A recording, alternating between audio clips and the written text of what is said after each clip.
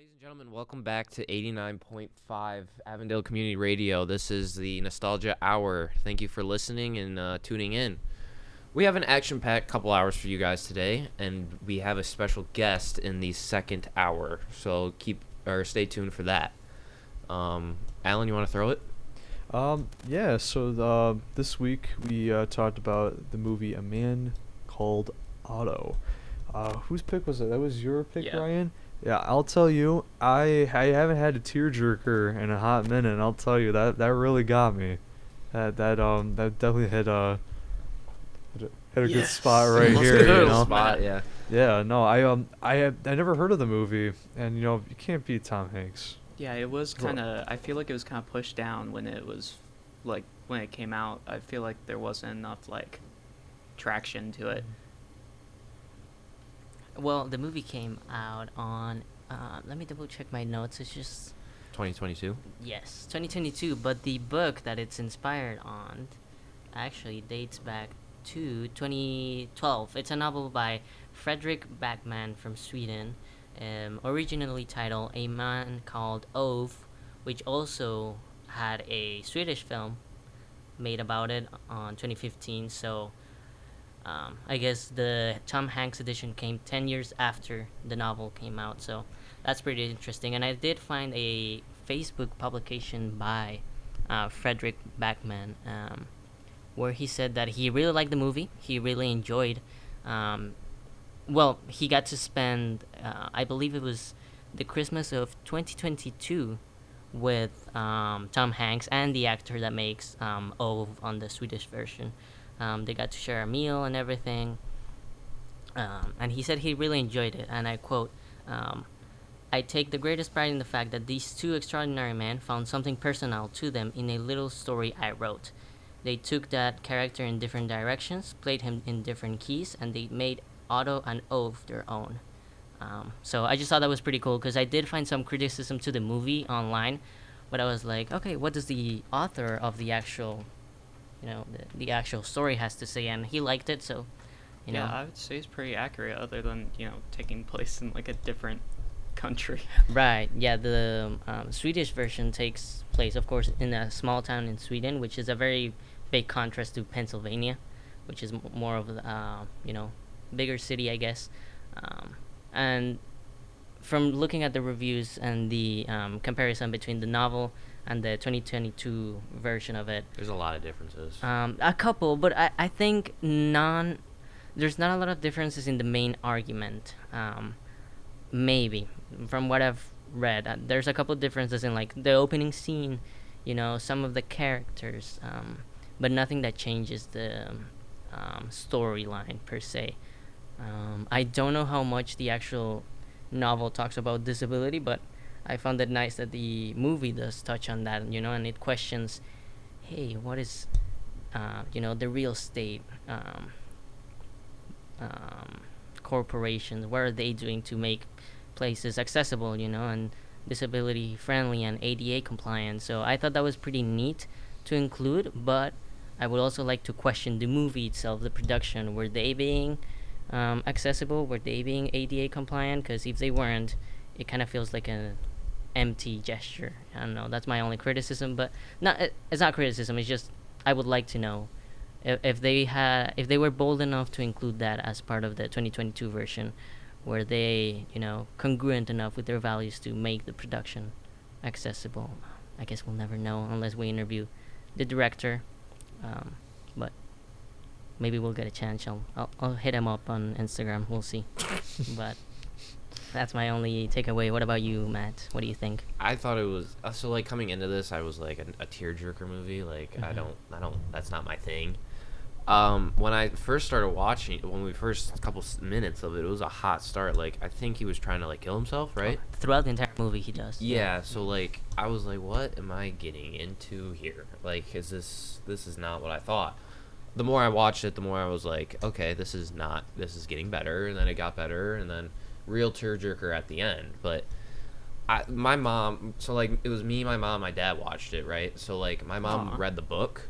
Oh wow. So she told me there's a lot of differences from the book to the movie, I guess. I didn't read the book, so I don't know the differences, Yeah. but she told me that there was a lot of differences. There was a key scene from the book that they didn't put in the movie, I guess. Okay. So I don't know, but I liked the movie. I mean, people have their thoughts on Tom Hanks, but I thought he's still a great actor, so like he killed it. Mm. Ha. But Joke. yeah, Suicide joke. yeah, okay. Um, Okay. all right. But I thought the movie was good. Mm. I mean, I wouldn't say it's like top 5, but it's just like that's a real tearjerker. Right. I think it's a nice balance between comedy and like, personal drama, especially with like the wife and everything. I really think it counters that mental health is important. Mm, I think that's the biggest takeaway I took out of that is like really. I mean, he didn't have kids, obviously, so like we He can't lost say it, yeah. that he had any family to check on him, but check on your people. Definitely. If you haven't talked to him in a while, or maybe you talk to him every day, just check in on him and say, hey, how's it going, like how's your Mhm. day, just check in on your people, because you never know what they're going through. Yeah. That would be the biggest takeaway from the movie. And more than your family, I guess your community. I thought that was also like a big Yeah. aspect of the movie, like Yep. your neighbors, your coworkers, the people that surround you. That I kid think- across the street. Yeah. Who has trouble with his bicycle or whatever. It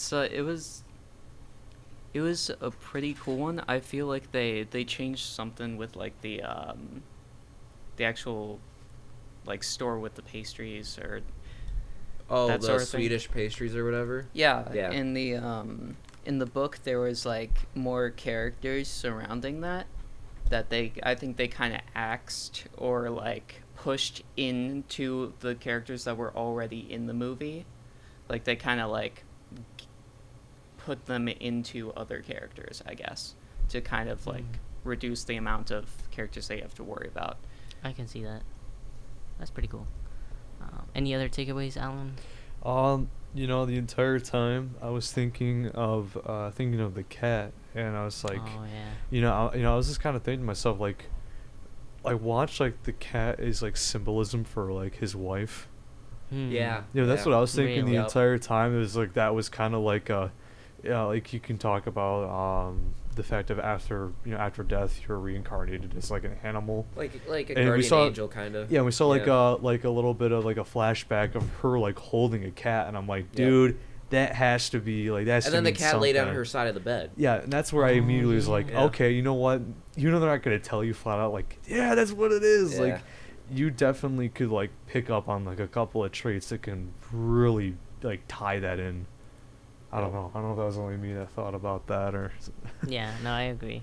And I did want to ask, in the spirit of the movie, again, talking about checking on your people and your Yep. neighbors, do you ever have one of those grumpy neighbors that maybe now that you think about it, you're like, they must have been going through a rough time kind of thing? Like, you would criticize them back then, but now you look back and you're like, oh, I can sympathize with them. I mean, yeah, there's always that kind of person, Mm. Like you were never really close with them, but you would still up on them every day, like a coworker or a room, like a roommate Mhm. or somebody that you were close with in a specific situation, but you never really got close with them, but you would still check up on them, just Right. ask them how their day's going. Yeah, I don't have like exact like I mean I have something like that, with work and all that, but Yeah. like my actual neighborhood, no, my neighborhood's pretty quiet for the most part. Like Mm. everybody that's been moving in there, it's kind of like they're not like old, I would say, but they're like very like like parents, like they have kids Mhm. and everything, and it's a very quiet neighborhood for the most part. So I don't really have too much like that though. Right. Interesting. Yeah, I don't think I have any examples of it per se. Like you said, not in the neighborhood. Maybe at school with, especially some teachers. Oh yeah. I feel like you're like, oh, they must have been going through something. But shout out middle school, rocky Yeah. times. Well, that's everything for A Man Called Otto. Pretty good movie. we want to go into sports. Do we have any fun sports? I know we have March Madness. A couple of the Michigan teams and Ohio teams did make it. I just did my bracket for work. I totally forgot about did you? that. Yeah, so I guess we have a bracket competition Ooh, where I work. So okay. I just put Michigan and Michigan State in the finals. No way. I did. That's I didn't mean to insane. do it, but that's what I'm feeling. Do you but- think it might work?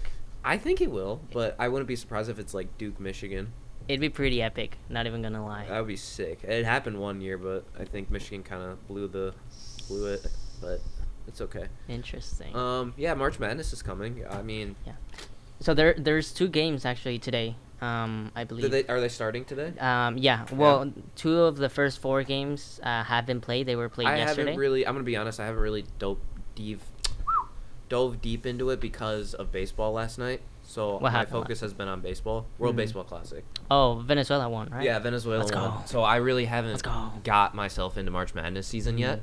So I need to Hey, do that two tonight. 2 wins in the year, Maduro and the Venezuela, baseball. yeah. let's I mean, go. congrats to them. They deserved it. I'm a big fan of Ronald Acuna on the Braves, so Mm. I was happy for him. But yeah, Yeah. that was pretty cool. I watched it last night. Because so. they also defeated Japan, I believe, right? Yeah, Japan's So, really good. I was gonna say, bro, they took on the major leagues there. Yeah, they took So, on some power hitters for sure. I'm glad.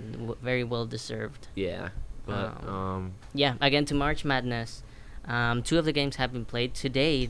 We have 2 games, which are Prairie Who is- View. What? who is Prairie View? Apparently, I had to do my research on this. Okay. They are a Texas University.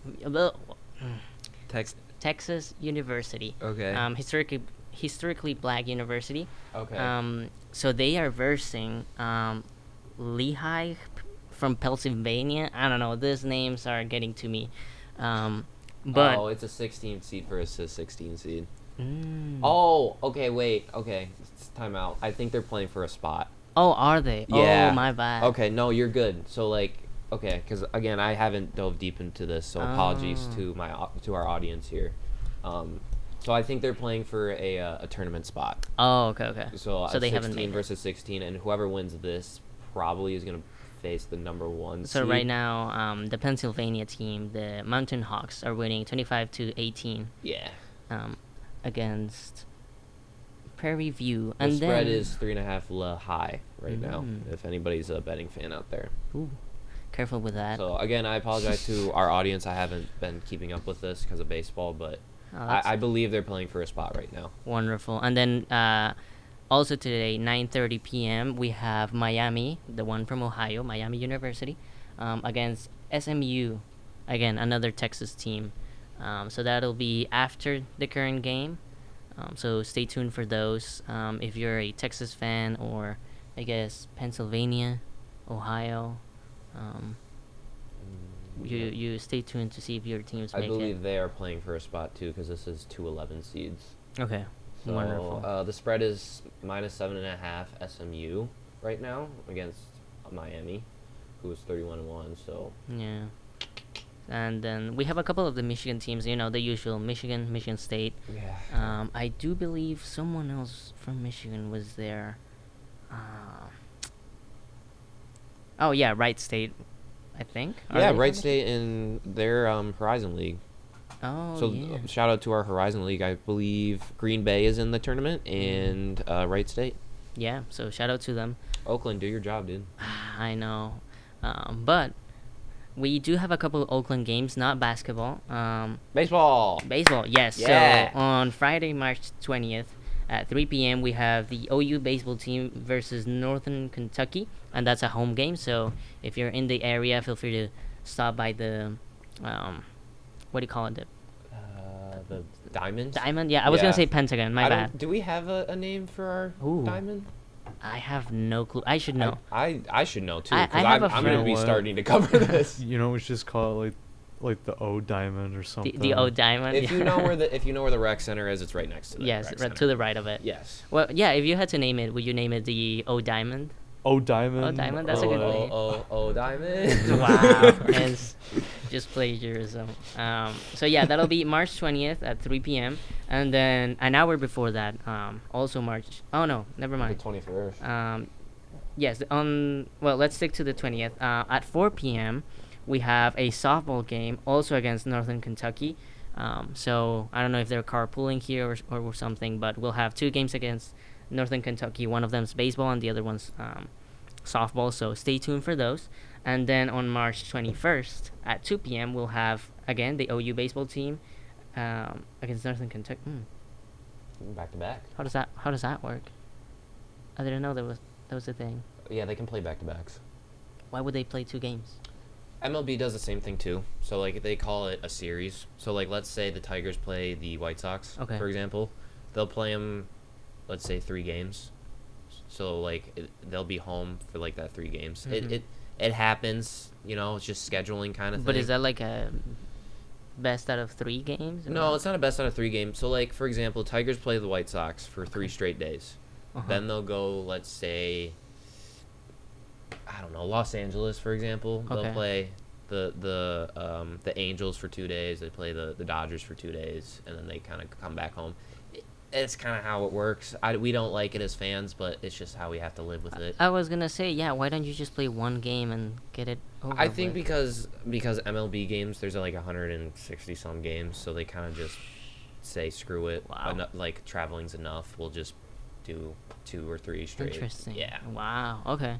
Well, so if you're a Northern Kentucky fan in the Michigan area, number 1, what are you doing here? Number 2, you'll have 2 opportunities to watch your favorite team lose against OU. So come on, OU baseball and softball, we got this. Why did you just dunk on Kentucky like that? I mean, we did that with Ohio the other day, so it's We only did it with right. Canada a couple We did weeks it with ago. It's Canada. fair. Yeah, we It's did. fair. Yeah, It's we fair. did. Kentucky, isn't that like not from Michigan? Exactly. So, you know, I don't know what they're doing here.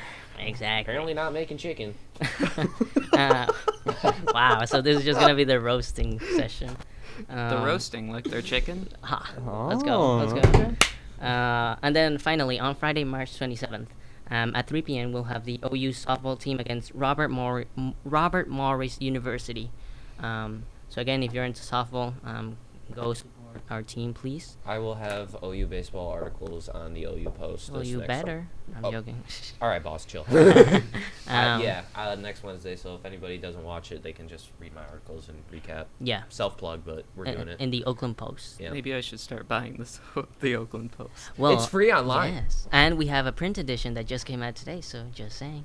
Wow. Dang. Hashtag not sponsored. Yes, non-sponsored. Well, Adrian's the head editor, so technically sponsored. oh, well, I mean, I didn't pay anything, but technically.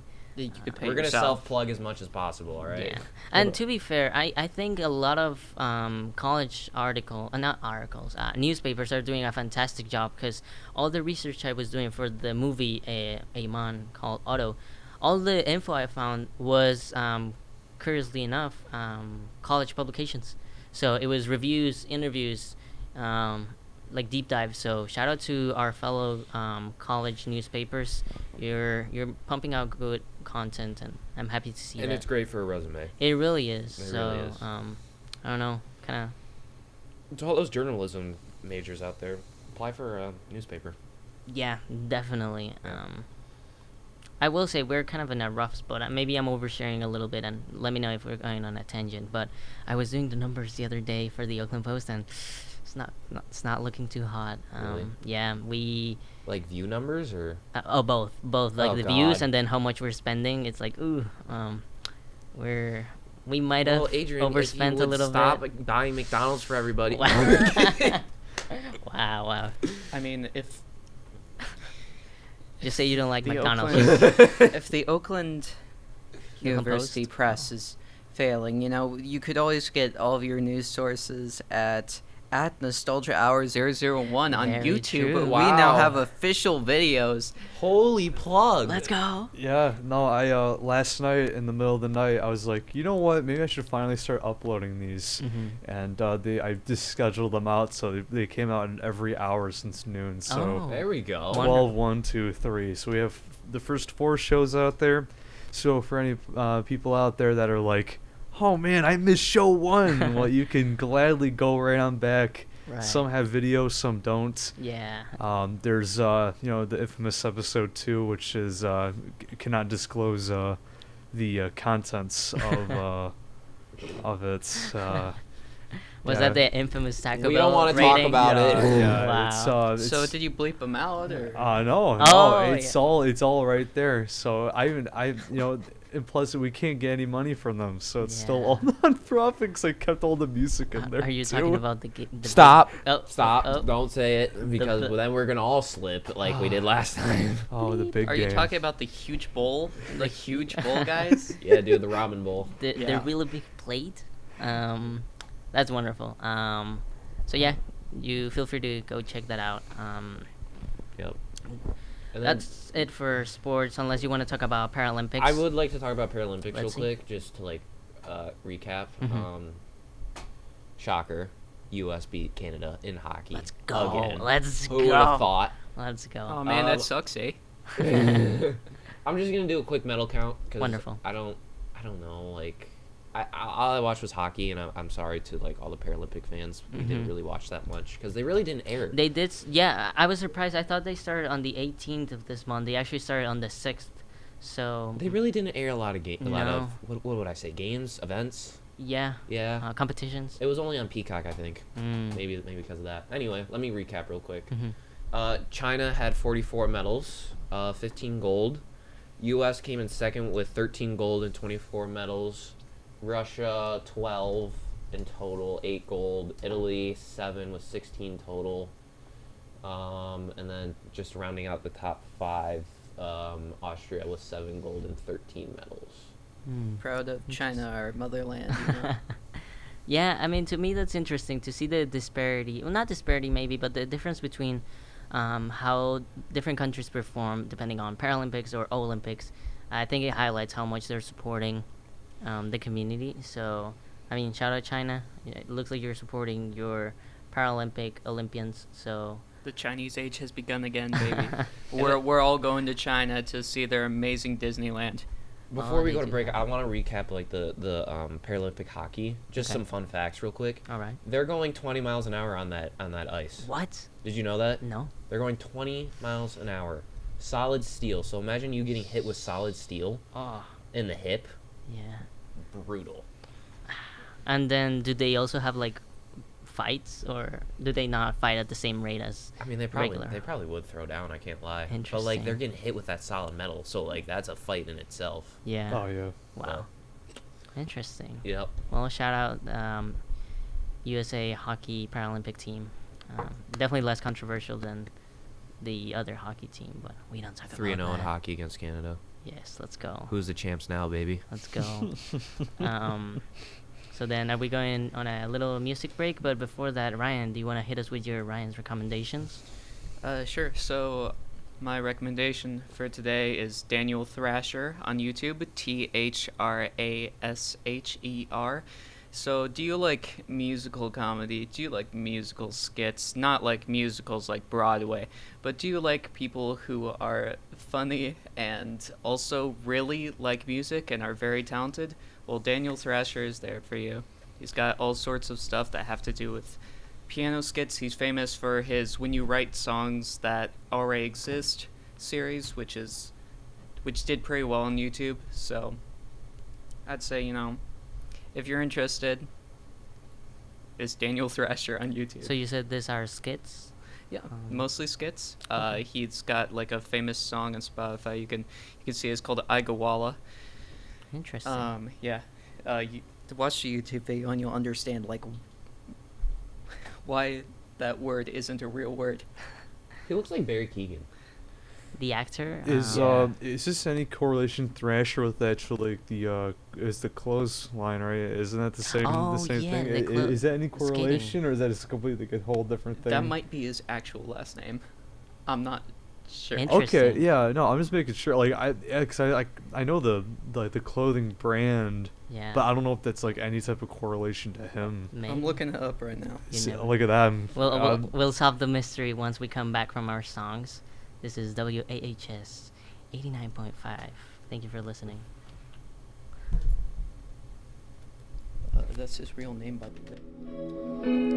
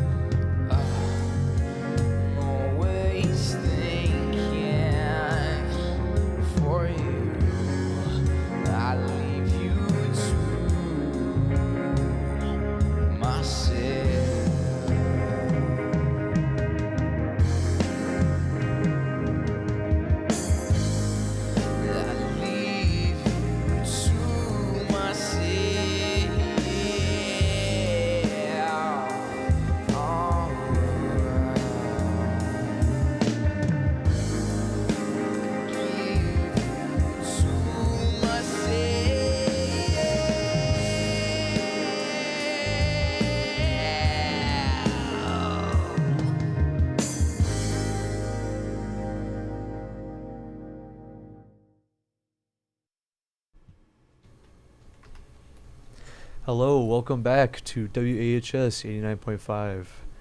We have our guest here today.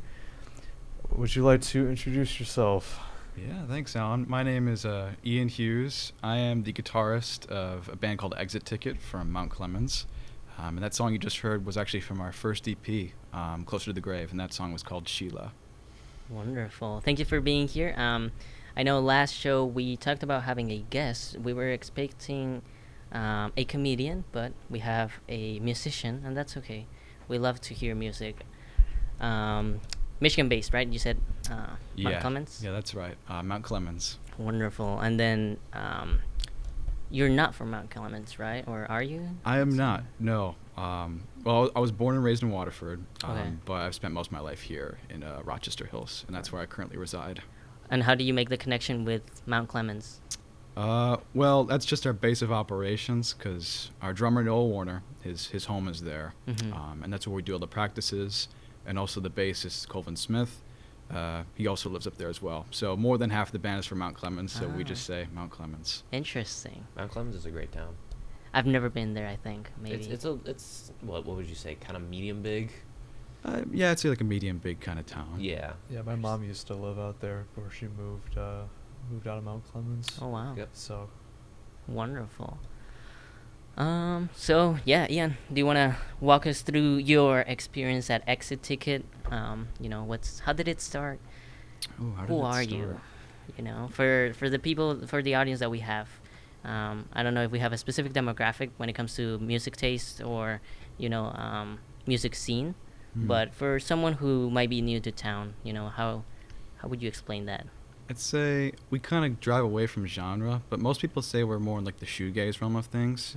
Mhm. You can play with that however you want, but we're like technically what we call ourselves is like neo psych rock. Ooh. So, it's not like the '60s psych rock, but more like a more polished version of it, I guess, more modern.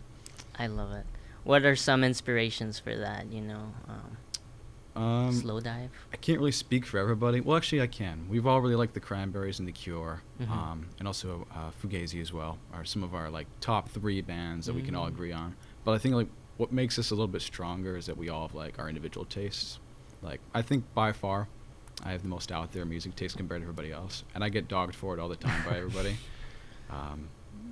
But I'd say like what I kind of bring, I'm really into like early shoegaze stuff, and then I have like a lot of experimental rock taste as well. Ooh, Okay. okay. Any recommendations, for someone who wants to be more niche? If you want to be more niche, I'd listen to Keiji Haino, and also like Les Rallies Day to Day. Like that is it's more foreign. It's on the Japanese side, so there's no Okay. really English lyrics, except for Keiji Haino has some English lyrics. But that's all really like proto shoegaze, maybe like a decade or 2 before any of that was really happening. Oh wow.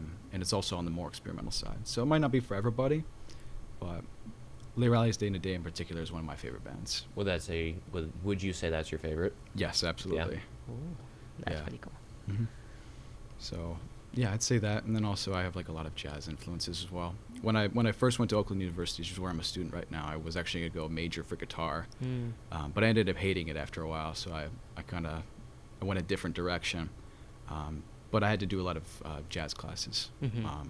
at the start, so I really like Miles Davis, like the legendary Miles Davis run from like 1969 to like 1975. I love all those records, and then like Albert Ayler as well, and things of that nature, I guess. Right. Like kind of the slower tempt music. Oh, I wouldn't go that far. No? No. It's a little faster. A little I'd say. faster? Yeah, I like the fast jazz more. Yeah. Like Whiplash kind of jazz, or like the movie. I've actually never seen Whiplash before. Wow. I know, Wow. sacrilegious. Jeez. No, that's okay. Okay, so that's a bit of the inspiration behind your role in the band. But as far as your story goes, when do you come across music and you're like, oh, this is my thing? When'd you fall in love with it? Yeah. I fell in love with music when I first found the Beatles. This would have been in 4th grade. Oh wow. Oh, wow. My parents had a box of CDs in the basement that I had discovered just by chance, and it was, it had everything in there. I think like the first 2 records I remember having a big impact were Lateralis by Tool Mm-hmm. and the Beatles' Blue compilation, which is like some of the 60s and like 60s to 70s hits and stuff. And then I really just fell in love with the Beatles, and I actually met Noah Warner that way at school. We met each other. That's and sick. kind of bonded over that, like through like fourth grade, Really? fifth grade and onwards.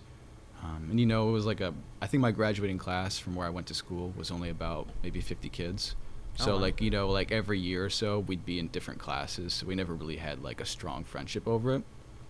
But over like the Beatles and stuff, like it just stuck in my mind. So like in mid high school, we got back together and started a new band in like 2021 just together. Really? Just Yeah. first band I was ever in, called Lamont Blanche.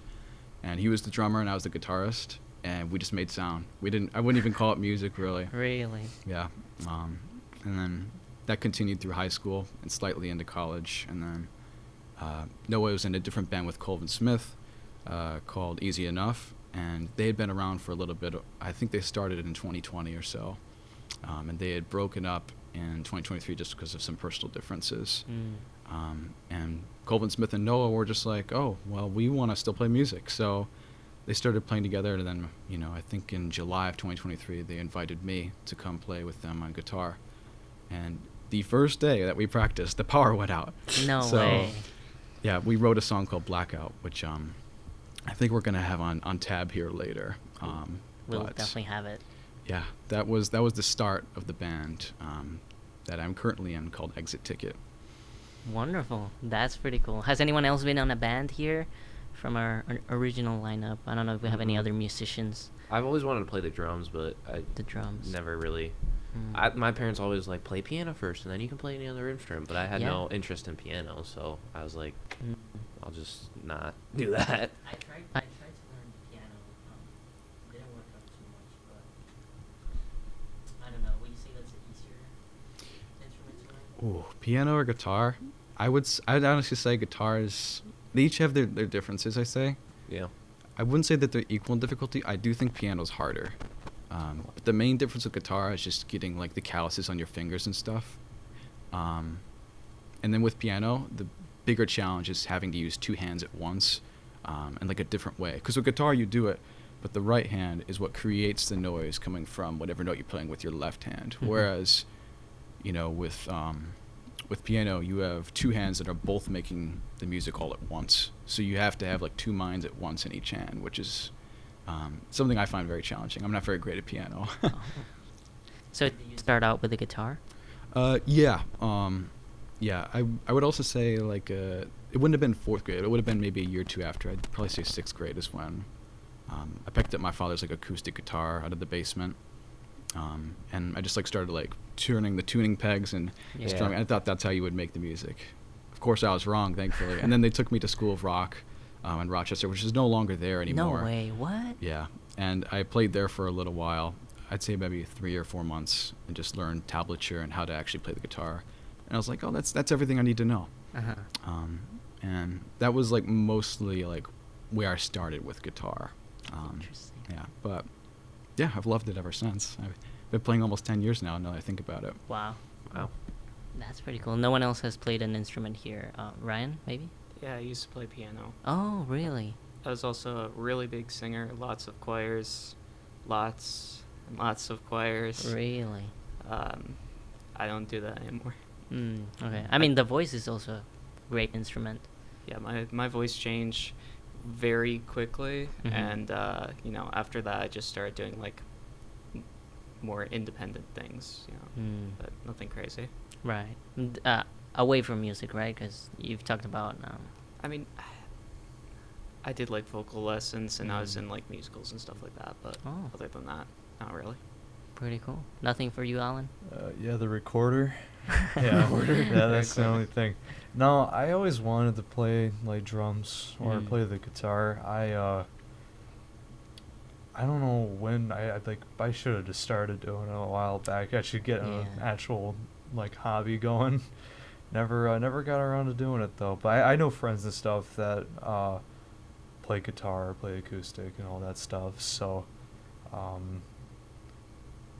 yeah, no, I don't personally, but I always kind of wanted to. So Okay. who knows? Maybe down the line I will, Yeah. teach myself one day. Right. I remember back in middle school, I was really good at the ukulele. I don't know why. 'Cause, really? Like, we had a month or maybe a week of an instrument, so she would pull out like the instruments from the closet, and it was ukulele, and I was kind of banging out to it. Interesting. It was fun. I did learn how to play the flute. In Mexico, everyone has to learn how to play the flute. Yeah. I don't know if that's also commonality here, but Everyone has to. Like, no, is that everyone. like a regular thing? it is. I mean, we had like it's recorders big back over in there. like a private school that I went to. They like forced us all to play recorders, and then after that, they're like, okay, we have old rusty instruments. All of you guys are gonna play them. Yeah. Now you're Yeah. forced to play it. I had to play it, and then once they like ran out, they're like, okay, the rest of you.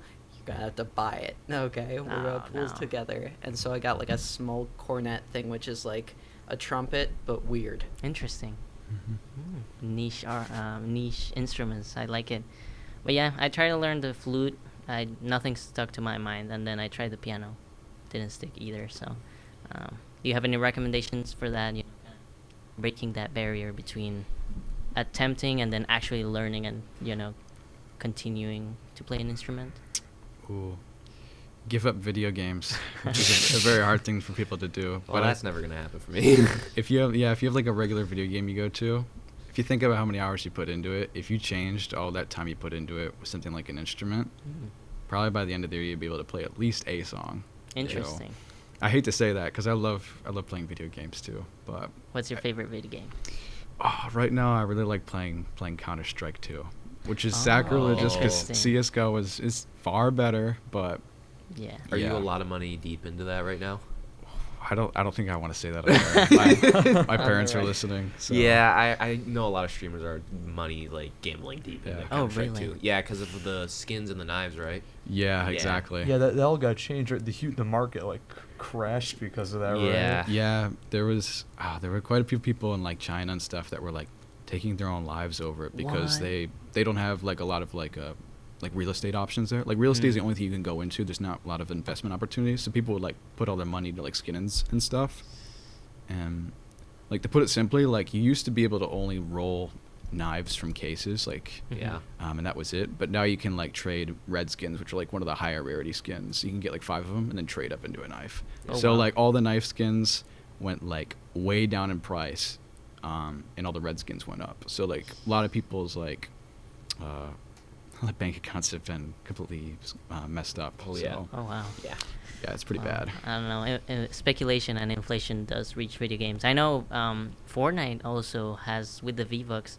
They I think just increased their prices. I Yeah. think, But yeah. they decreased the amount you get. So it's like the lowest one was like what used to be $5 for 1,000, right? I haven't played Something Fortnite like in- that. And then now it's like 800 for like 699 or Yeah. something like That's that. crazy. So, but they're making the pass cheaper and everything. They're making it 800. That's all they're doing. I'm sure. I'm sure. Well, interesting little side quest with video games. So, giving up video games, trying out the instrument. How many hours would you say you play the guitar? You know, right now with the band, with school, other duties. Right now, I'd probably say probably like maybe 10 or 12 hours a week. Oh wow. Wow. And then on top of that, maybe another like 5 or 6 because we practice once a week as well. Like at random typically. Like Okay. we'll usually have like extended days across a few months that we'll have it. And then something will mess it up and we'll change things up. Interesting. Yeah. Back in like COVID though, I would probably play for like 18 hours a day because it's all I really had. I didn't have like social media or anything, so I just sit down and play He the was guitar just all on day. Zoom on mute, just banging out. That's exactly right. Yeah. yes. That's so cool. And what was the first song that you were able to like completely play on the guitar? You know. I think it was My Generation.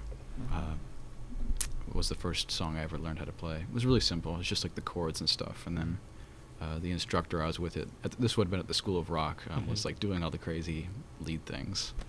I was like, yeah, I'm a real musician now. Pretty cool. Pretty cool.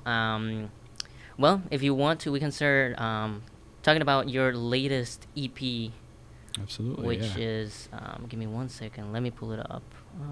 Closer to the grave, right? Yes. Yeah. Yeah. Closer to the Grave, and that came out November of last year. November of last year. Yes, that's right. Have you been playing that live at any venues lately? Yeah. I'd say a few shows. We've done the entire EP within like just our own set because we have a stupid amount of songs. Like I'd say maybe 3 hours worth of songs on Oh, our wow. back line. But we'll always try and play, if not the whole EP, at least a sum from the EP that people seem to have liked, which I think has been like Wild Cherry and Sheila are some of people's favorites. And then also the Philosophy single version. I've had a few friends say it's their favorite as well. Nice. Yeah, but we're always trying to throw it in our rotation for live shows. Can you talk to me about the cover? Because it's like a mix of yellow and like darkness. I'd actually love to talk about this because this cover is... Because I'm trying to figure out if it's a skull or what it is. All right, so here's some band lore. So we used to have this plastic skeleton I bought, I think in 2024, like around Halloween. And we called it our 5th band member. His name was Earl Pop, like Iggy Pop. Oh, And he'd basically interesting. like sit in my car with like a Sonic Youth t-shirt, and we would go get pizza and we'd be like, oh, what's up, Earl? And, you know, this kind of thing. But we were like, oh, we need like a striking cover. So we need to sacrifice our 5th band member to move forward. So for that actual cover, we went into an undisclosed location, and I bought like a nice like red and gold rug from like Home Depot or something, Okay. Mhm. and like maybe 2 pounds of ground beef, and I put our dear friend Earl in this fire pit on this rug, and me and Noah did this together. We covered him in this ground beef, and then we lit him on fire with lighter fluid, and that is the photo you're looking at. Oh, No wow. way, that's pretty actually cool. sick. Yeah, so that also is kind of why it's called Closer to the Grave, but that also ties into one of the songs, Wild Cherry, which So has the that skull lyric. is just covered in ground beef. Exactly, yeah. Oh So my we've padded gosh. it on there, and this would have been in the dead of winter as well. Ooh. Oh, it must have been at like 1 or 2 in the morning we did this or something. Oh, that's really cool. Yeah, and I'm looking at it right now. Yeah, but I found when we were editing it up in Photoshop, because it's multiple photos layered on top of each other. Yeah. Like if you look at it for long enough in like a dark light, like your eyes will kind of like lose where to go, and it'll like create pictures and stuff. Yeah, I can even make out some leaves and stuff. Mhm. Except there are no leaves; it's all just your mind. No way. Crazy. Yeah, so that is the cover, which yeah, cool story about that one. I like it. I guess that makes it a perfect connection to one of my questions is, you know, you're playing music, you're in a band, but what's another aspect of the band that you also really enjoy and have fun with? I mean, is it the covers? Is it the mixing? You know? Or camaraderie, maybe. What Yeah. is mixing? Yes, I did have that question. What is mixing? Oh, mixing is fun. I'd say with the EP especially, we learned a lot about mixing and what it means to make like a record and stuff. Because I'd say it's still very rough around the edges what we produced from everything. Because we didn't go into the studio at all, and we sent everything to a studio just to get mastered, which is a different subject entirely. Mm-hmm. But like mixing is it is like the mix like of ingredients almost Okay. in like a recipe if you see it that way. Like if you add too much salt in a cake or something, it's going to taste terrible. So you have to get the right balance of all the right ingredients to make something that's actually worth eating, if that makes any sense. Yeah. So if you see your instruments as the ingredients, Mm-hmm. you know, and you see like I don't know, like different effects as like spices and stuff, like reverb, delay, etc. Right. If you know, you know, then you can usually create a pretty amazing dish. And I like to think that's what mixing is all about, is creating a palatable dish, or in some ways a unique dish if you want to be more artsy with it, Okay. and break from conventions. So does mixing go hand in hand with the recording of the instruments and the construction of the song, or does it come after you have like a song like established? I guess I don't know. If you follow like basic recording procedure, usually it's pretty straightforward with mixing, because then you have just like a very like blank canvas to work with. Because if you record like a guitar with like a Shure SM57, which is like an industry standard mic, Mhm. you're almost always just going to get the same result if you just mic it up like an inch or so from like the center of the speaker. So if you like follow that with most of like those kinds of instruments, and you know then you mic the drums as you're supposed to, then usually you have just like a very blank dry canvas to work with, and then when you move forward to mixing, you can further paint that picture and stuff. Mm. And you can maybe change what might be a little bland at first into something really colorful. Okay, interesting. So it comes after recordings and. Yeah. I'd rarely say we did any kind of mixing work before anything was recording. Like there was no really preconceived notion in our minds of what we wanted the EP to sound like. It kind of just happened that way. Okay. I would chalk up like some of like the environment we were into to influencing how we mixed it and stuff. Like I was really infatuated with like the Twin Peaks series at the time, and also Really? some of Swan's like 90s records and stuff. And that really spoke to me when I was like doing mixing, because Noah was the one. It was just basically me and Noah that did everything, on like some just like standard version of Cubase that he got with like his digital audio workstation or DirectBox. And he would be the one that would like turn the knobs and the switches on his laptop and stuff, and I'd be the one standing over his shoulder, be like, yeah, turn this guitar up like 0.8 decibels. Interesting. And it drove him crazy. I will say that, but it turned out into something unique. Okay, so mixing is one of the other fun aspects of the band. I'd say so. It's definitely a bonding experience too, because you get to put everything together with 4 different brains to make Right. Yeah. one final product. So it leaves impact from all 4 people, you know? Right. Wonderful. And then what's a stressful part of the band process or the band experience? I'd say the business end of things. Mm. Like, you don't really think about this when you start a band at all, but like the reality is, like, in today, it's not like a record label set deal unless you're really, really lucky. And, you know, they would do everything. So everything you would expect a record label to do for you, you have to do yourself. So you've got to make your own logo or pay someone to do it. You've got to usually make your own posters for shows, you know, if it's like a smaller venue. And, you know, you got to license your own music, because if you don't, it can get stolen, which was a big thing for us, was figuring out the legal aspect of things so that, you know, we don't, well, A, lose money in the long run, and also B, protect ourselves from things like that. Right. So you really have to cover yourselves in a lot of ways, and learn this kind of business terminology that you otherwise wouldn't have thought of when first starting a band. So I think that's the most stressful thing, is staying on top of that, and also money as well. I wouldn't say we care a lot about money. We're more in it for just the creative freedom and just, you know, just to play for people. That's the biggest joy in the world, is just playing for people. Do you guys have like an agent or a business advisor to help you guys out? We have a manager, but only in name. He doesn't really do anything. Interesting.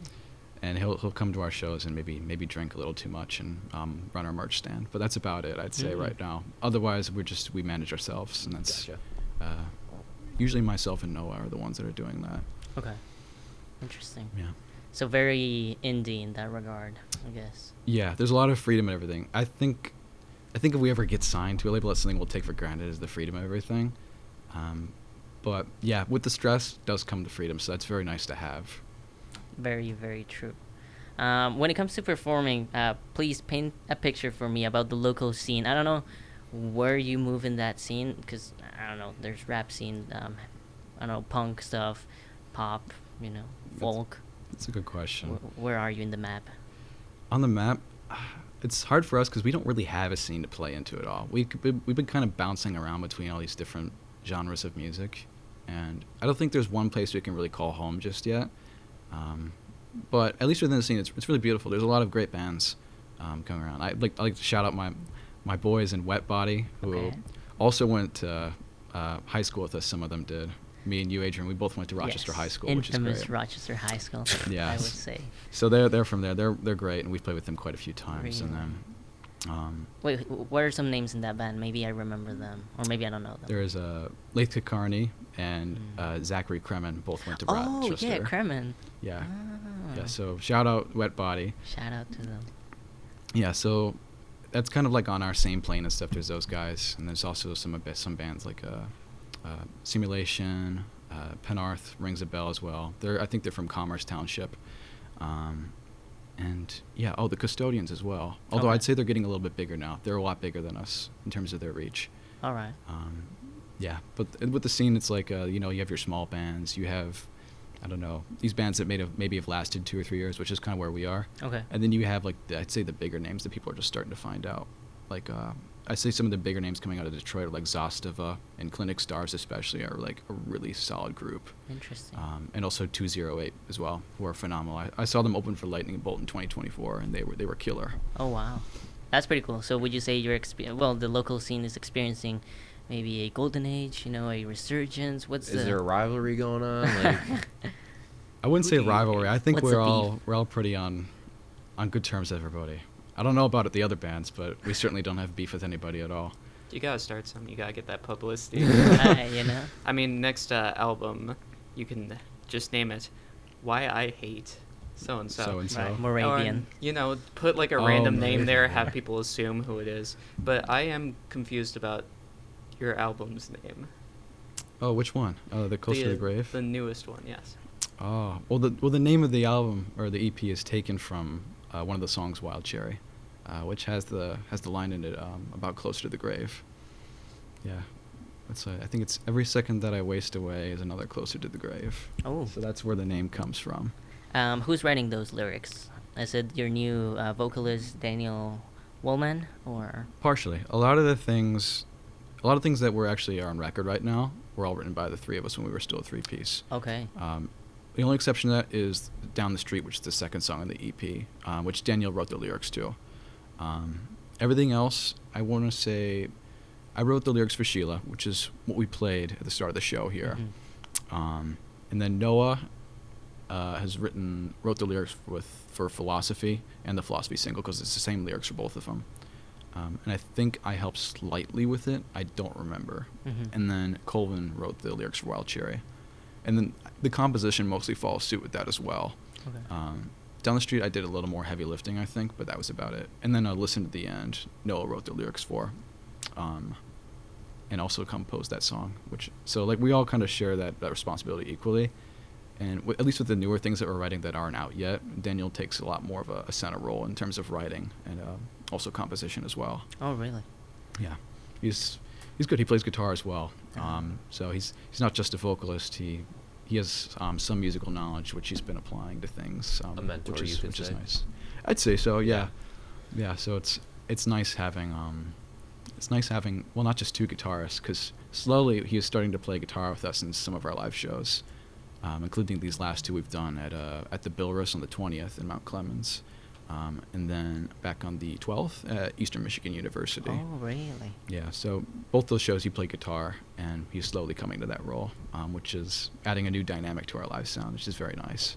That's pretty cool. And how do you experience those live shows?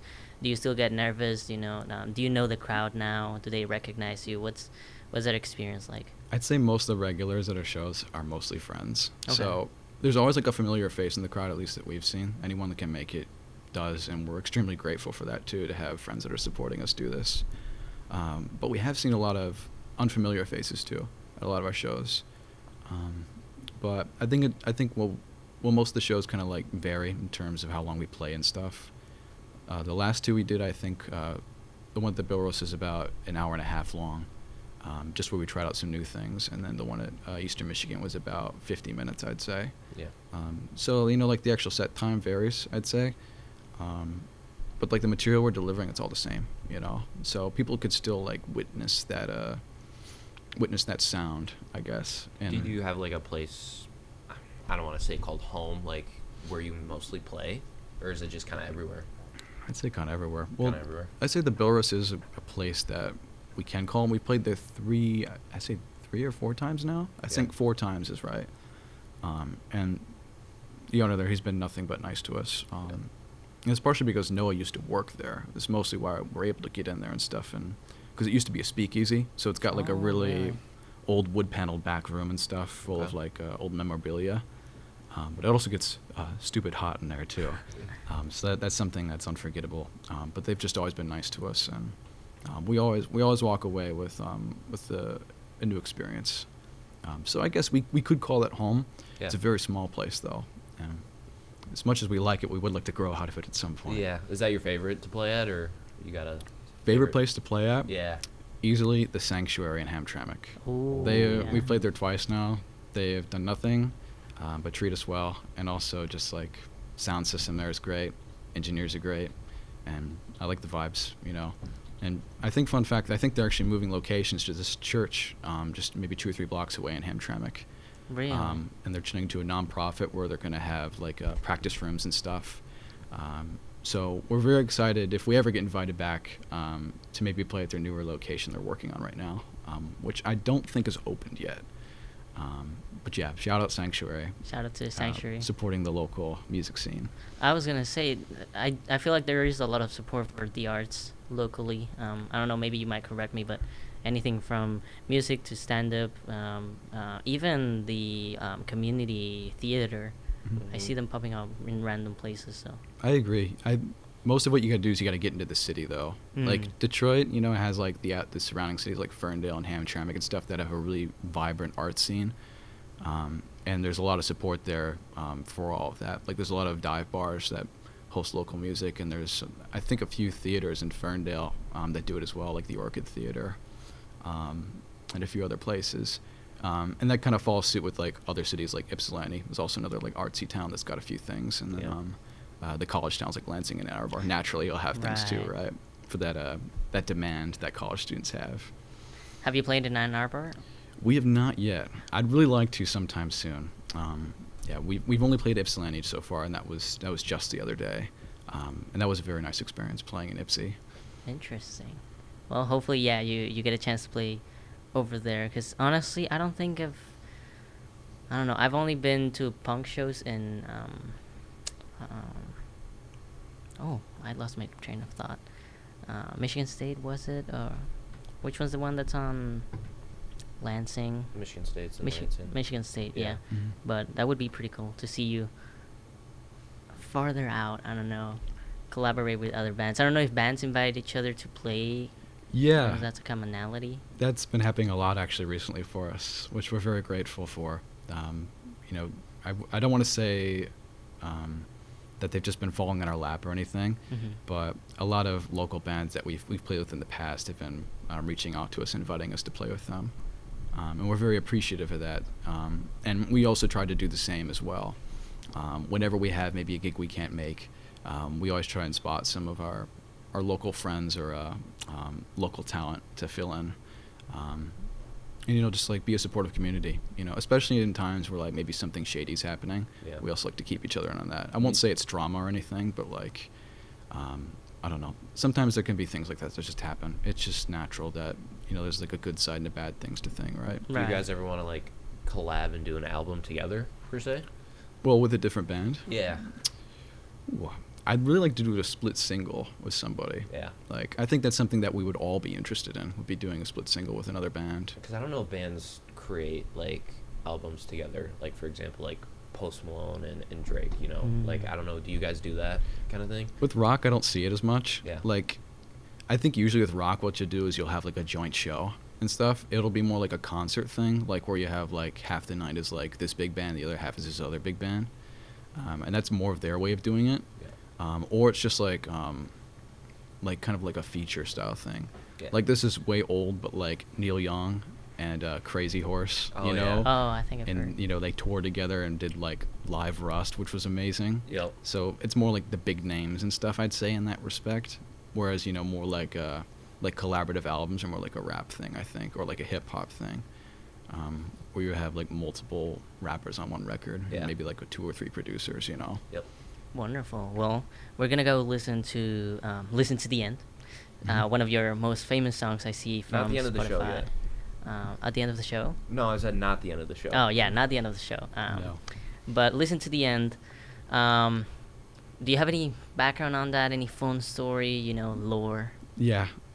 So, like I said before, Noah Warner kind of composed the song and wrote, I think, just about all the lyrics for it. So that's most of what that song is. But the actual recording of the song took place back in March of 2024, when we were still a 3-piece, and we got about 60% done, and then left it. And then I think I used it for a school project as well at Oakland University, which is nice. And then we returned to it when Daniel came on the scene with us, which would have been December or November of 2025, or 2024. I'm sorry. Right after the Battle of the Bands, right? Right before, yeah. Right So before. a month or 2 before that, he would have joined us. So his first task with us was to sing on this single, to see if it actually worked out, and thankfully it did. So Daniel's doing vocals here, and this is a song that was originally written in 2024 that Daniel sings on in 2025 sometime. So yeah, that's what this is, and this is our very first single, Listen to the End. All right, we'll leave you with that.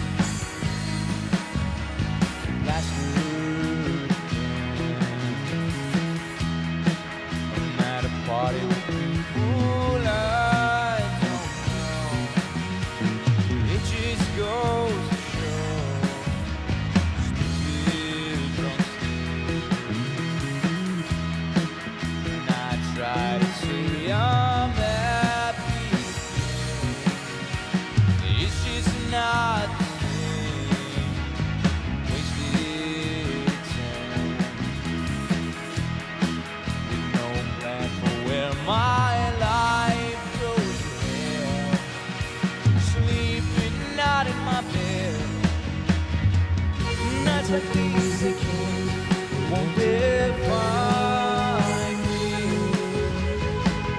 Faded memories are so distracting,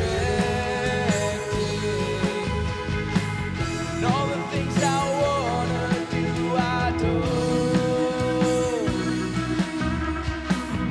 Message to future self, to tell you we record time.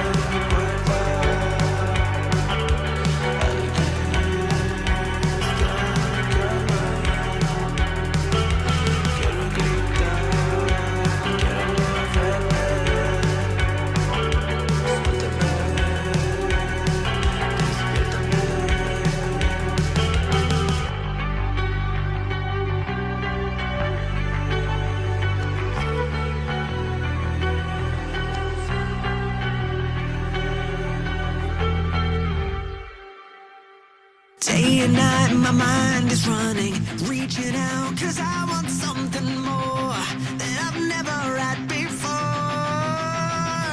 I'm scared to chase what I've been dreaming, beyond the wanted, now I need it.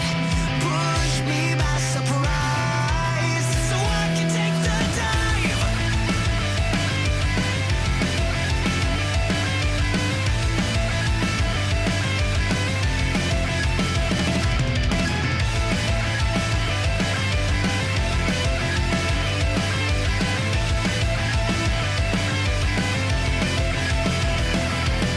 Day and night, my mind is racing, dancing footprints I've been pacing. What am I supposed to find? My God, I'm the bait and the predator's my mind. It eats at me all the time. Can we stop and rewind? I'm not so sure. When I become my own enemy, I don't understand what you see in me, 'cause I'm just another story. I'm worth the reading now. You got me pinned up against the wall. Why aren't you afraid that I'll take the fall? There's more that came before me. I'm worth believing. I'm not so sure.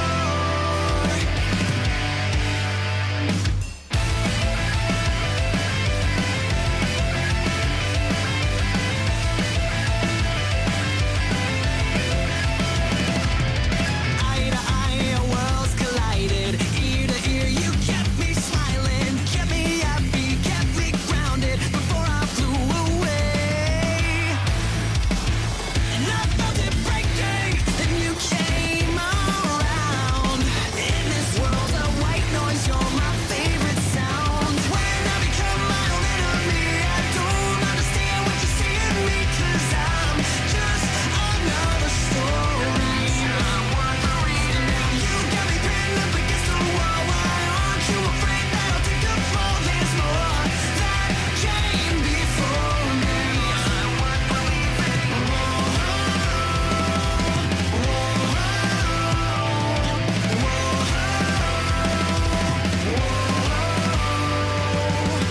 We brave and broke if you were. 3 cheers to fear the future. We brave and broke if you were. 3 cheers to fear the future. When I become my own enemy, I don't understand what you see in me, 'cause I'm just another story. I'm worth the reading now. You got me pinned up against the wall. Why aren't you afraid that I'll take the fall? There's more that came before me. I'm worth believing. I'm not so sure.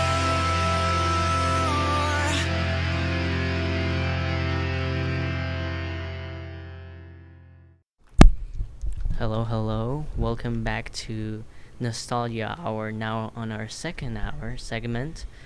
We already had Ryan's recommendations. We already talked about sports, so I guess we'll just dive deeply into nostalgia. And just off the air, we were talking about Mr. Gollin, one of the goats at Rochester High School, a English professor, Yeah, if I English remember professor. correctly. He also did theater, I believe, a couple of years. He did. He ran the theater program for quite a while. Right. I have to confess, I was not a theater kid, but I did try it out, and I liked it a lot. I did lights, so that was a lot of fun. And actually, I think that's where I met Kremen. Okay. Zach Kremen, one of the guys that we were talking about for, you said Wet Pants? Wet Body. Wet Body, my Close. What pants? bad. I was thinking of something else, my bad. Yeah, I met him there. I think he was also running on the crew, not the cast, but I might be wrong. I think you're right about Yeah, that. we shared a room because we went to Love Fest, which is one of those like high school level theater festivals, and it was a lot of fun. I got to see a lot of experimental stuff.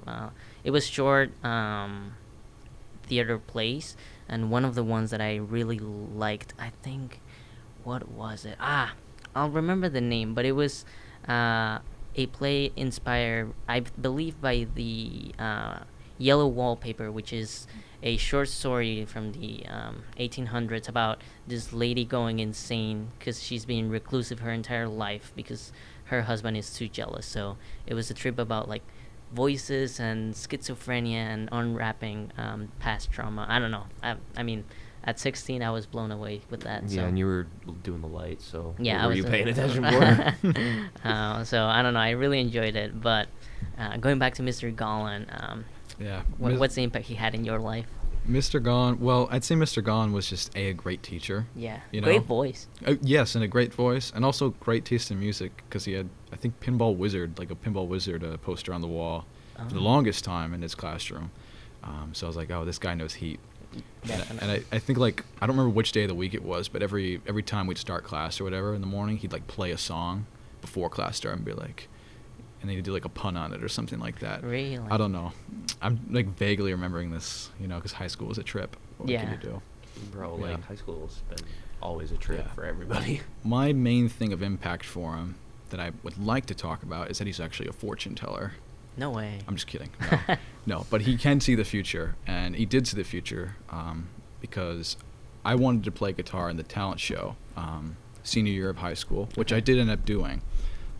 But in the rehearsals for that, he was hosting that basically and was like, you know, just like checking people in and seeing what they would basically do for the show. Mhm. And I had wrapped up my thing, whatever, because I played an instrumental song. And he was like, that's pretty good. And like as I was packing up, we just like started talking about like music, and I was like, oh, like I don't think anything really special is happening right now. Mhm. You know, me being the naive little kid I was. And he was like, I actually think differently. I think things are going to change because all these kids that have been like stuck inside because of COVID Mhm. are going to go out and form bands just like in the 60s, and there's going to be a big boom that we're going to see in a few years. And by God, he was absolutely right. Let's go, Mr. Golan. Yeah, so Mr. Gon saw the future, and we are living that future right now.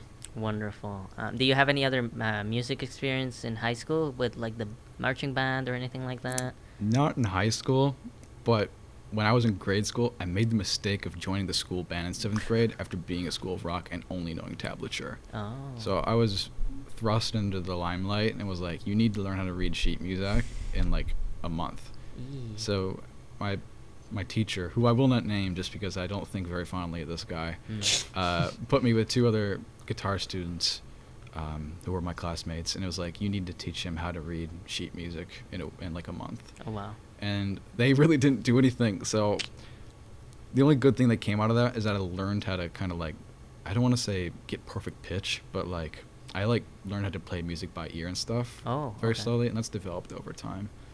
Because I would have to play these like really basic songs, I don't know, like Flight of the Eagle or something like that on guitar, and I would have to do something. So I would just like stand like kind of almost like one of those like cello players and like hold the guitar upright, and I would listen to myself play it With the cool sunglasses. with the cool sunglasses. So that's the only musical experience I have. Well, prior to high school, because I did go to school briefly for it in college. Oh really? Yeah. Oh well, yeah. She mentioned guitar. Interesting. Yeah. Wow. Well, yeah. I don't know if I have any more fun stories from Rochester. Honestly, I don't want to say I did not enjoy my time there. It was just, I don't know. I didn't find a community there. I mean, no. Yeah, I feel you. Maybe it's just me, but theater was fun. That was one of the extracurriculars I did. Beyond that, I feel like everyone talks about making a band in high school, but nothing really comes forth. Like I said, I started to play the piano, or learning how to play the piano, because I was talking with my friends and we're like, oh yeah, let's make a band. Wow. No, the only person that remained in the music like field was Gael. He's very close friends with Zach Tippin. Yeah, and is he Brazilian? Is that No, right? he's Mexican. Mexican. I'm And sorry. he's living in Italy right now. He's doing Too jealous. what's the big one, the Bass? Bass, yeah, but the big bass. I don't know. Okay. Yeah, I remember him because he Cello? played at prom. Yeah, he in like a did. trio. Yeah, with Tippin and with the Brazilian girl, Capra. That was Yeah, her last name. she played violin, I think. Yeah. Right. Yeah, and that was interesting to see. That was the only good part of prom for me. So I remember like being like, "Can I give you a tip?" And he's like, "No, man, you're good." Interesting. Yeah, no, but he's really cool. He's one of my close buddies. So I know Zach Tippin is also doing music, but is it in Massachusetts? Yeah, he's in Boston because he's going Boston. to Berkeley, I think. Damn. And he's in his group that he's had forever called Wide Track with his father. Oh, and yes. They make like a progressive rock metal kind of thing. Mhm. And then also he's in a band called Exosphere as well. which I'm not sure of the genre. I don't remember. I'm sorry, but they're doing things up there in Boston, I believe, and I think they recently might have played at the Middle East Upstairs, which is a very nice venue over there. Oh, okay. Mhm. Wonderful. So we got a couple connections to the more eastern side of things, I think. Yeah, Eastern United Northeast. States. Northeast. Honestly, I don't Northeast. know where Boston is. My bad. I should know. Massachusetts. Massachusetts. Yeah. Wonderful. So yeah, those are a bit of our high school experiences. Does anyone else have any fun, nostalgic high school experiences? Well, I mean, kind of tying into that, I actually, I had a falling out with this guy, but like, he goes to Berkeley, Oh. and back in high school, he made a band. They were called Math Class. So it's kind of like interesting, to see. It's really weird because when I heard Exit Ticket, I'm like, man, that reminds me of that one dude I used to hang out with, and his, his band was Math Class. The question is, because I never got an actual answer to how they got their name. How'd you guys come up with the name, like, Exit Ticket? I was kind of thinking about that, like. I had the name I came up with the name, I should say, first and foremost. I came up with the name when I was in the old band called La Mont Blanche. It was like a burner name that I maybe used for like a week and was like, this doesn't fit what I'm trying to do right now. So I kept it in like a list somewhere. And it was vaguely inspired by a band I can't say on air, but the band members are Alan Vega and Martin Rev. You'll have to look that band up online. They're great. It was vaguely inspired by that group, who were an amazing no-wave group from New York City in the 70s and 80s and onwards. Okay. Yeah, but that's kind of where the name came from. And when I introduced it to Noah and Colvin, they both jumped on it and were like, yeah, that's better than what we had prior. Because I think for one show, which was our first show, at like this dive bar in Mount Clemens, we had to like come up with a name for the performance. And it was like, oh, let's make our name like After Hours because we're playing After Hours. Oh, okay. And then we looked it up on like Spotify the next day, and there's like 20 different bands called After Yeesh. Hours. I was like, I have something that can fix that. So we dwelled on it, and it's stuck. Nice. Hey, yeah, no, that's I really like that more than After Hours. I do Yeah. like Exit Ticket a lot. I feel like coming up with a name nowadays is kind of hard because everyone's thought of that before, If you're I'm trying just to be glad funny. you didn't AI'd it. That's Yeesh. Oh yeah, AI, man, get out of here. What are your thoughts on that? Do you use AI on your music? I have no. I did try it once. I tried like Suno AI or whatever to like see if it could actually do anything with these old lyrics I had, and it produced like the most glam 80s pop thing, and I was just like, this is disgusting. And I think AI is pretty reprehensible when it comes to music. And I also just hate it in general because, like, as a journalism major in school, I've had a few times where people have been like, oh, like, you used AI to write this paper. When I did not, and I worked on it Dude. for like 3 weeks. Right. And yeah. it's just like, man, I really need to fight this out. Like, how do you even prove that? Right. So, Sorry for being good at grammar.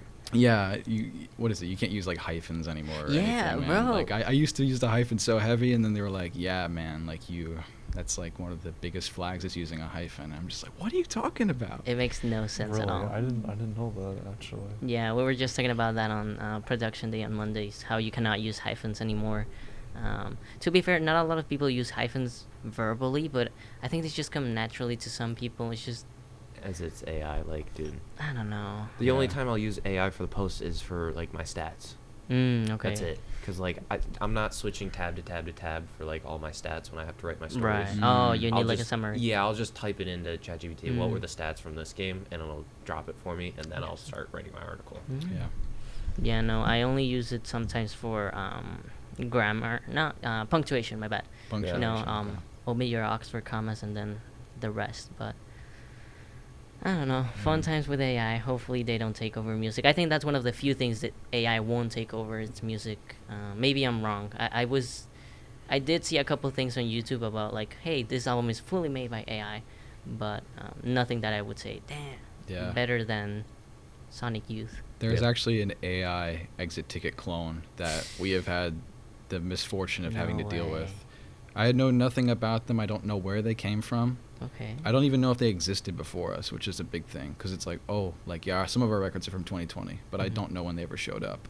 So, like, when we were licensing our stuff, like, some of our releases showed up under their profile on, like, streaming and stuff, which is really Mm. common, apparently.